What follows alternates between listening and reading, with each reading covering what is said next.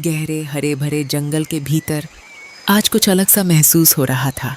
ज्यादा चमकदार, ज्यादा शोर और उत्साह से भरा हुआ।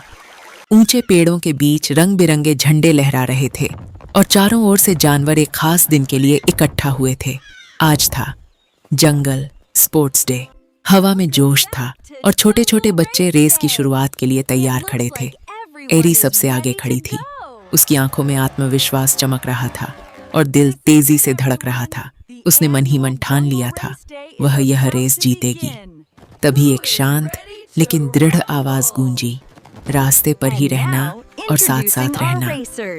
Give it up for Irie, Leela, Chotu, Bindi, Gagan, and Tara. एरी मुस्कुराई। मैं सबसे पहले वापस आऊंगी। और एक तेज आवाज के साथ रेस शुरू हो गई। सबके कदम तेजी से आगे बढ़े, पत्ते हवा में उड़ने लगे और जंगल में हंसी गूंज उठी। एरी तेज दौड़ रही थी, स्थिर और पूरी तरह केंद्रित। वह सबसे आगे निकल चुकी थी। रास्ता ऊंची घासों के बीच से मुड़ता हुआ लहराते गन्नों के पास से गुजरता और एक शांत नदी को पार करता, जहां ठंडा पानी पैरों को छू रहा था। लेकिन एरी नहीं रुकी। जल्द ही वह मोड़ तक पहुंच गई। सबसे पहले एक बड़ा पत्थर उस जगह को चिन्हित कर रहा था और उसके पास ही एक छोटा सा साफ तालाब था। एरी वहां पहुंची और मुस्कुरा दी। वह सबसे पहले पहुंची थी। कुछ पल के लिए वह रुकी और झुककर ठंडा पानी पीने लगी। धूप में पानी की लहरें चमक रही थीं। खुद को तरोताजा करके वह तुरंत वापस मुड़ गई। रेस अभी खत्म नहीं हुई थी, लेकिन अब कुछ बदल चुका था। हंसी और दौड़ते कदमों की आवाज बहुत पीछे छूट चुकी थी। जंगल अब शांत लग रहा था। एरी आगे तो थी, लेकिन अकेली थी। वह रास्ते पर दौड़ती रही। कुछ उसकी नजर में आया, चमकीले लाल जामुन, धूप में हल्के हल्के चमकते हुए, हरी पत्तियों के बीच सजे हुए। और वह थोड़ा सा रास्ते से हट गई, बस थोड़ा सा। एक जामुन, फिर दूसरा, और देखते ही देखते वह पूरी तरह उनमें खो गई। ये हाथी का बच्चा तो बिल्कुल अकेला है बॉस।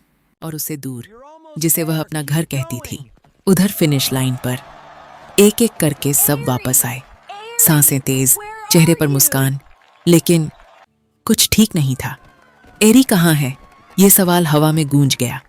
वह तो सबसे आगे थी। मैंने उसे पहले जाते देखा था। मैंने उसे खो दिया।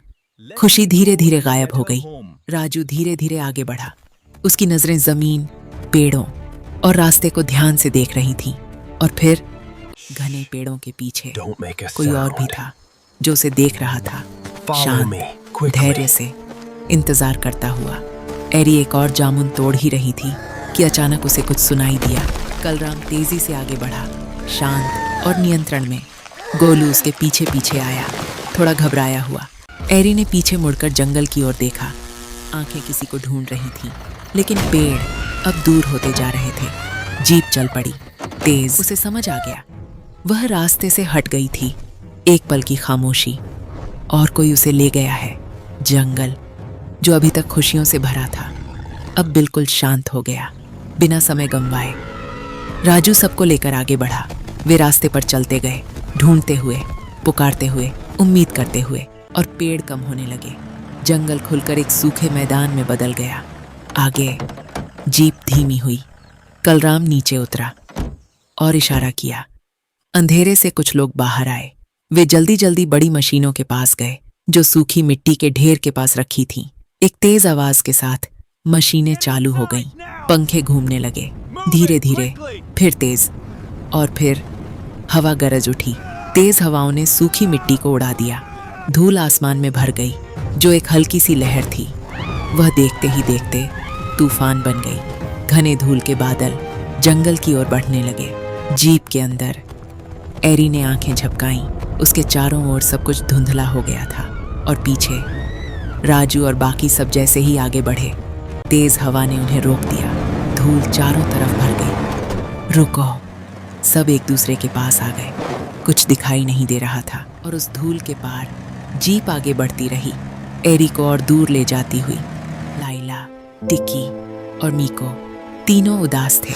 उनकी आंखों में आंसू थे। उन्हें अपनी दोस्त की याद आ रही थी। राजू धीरे धीरे वापस आया। मीरा के पास। मीरा की आंखों में आंसू थे। वह टूट चुकी थी। उसे अपनी एडी की चिंता सता रही थी। और अब सवाल सिर्फ एक था, क्या एडी के लिए कोई उम्मीद बाकी है? दूर कहीं एक सड़क पर एक चेक पोस्ट दिखाई देता है।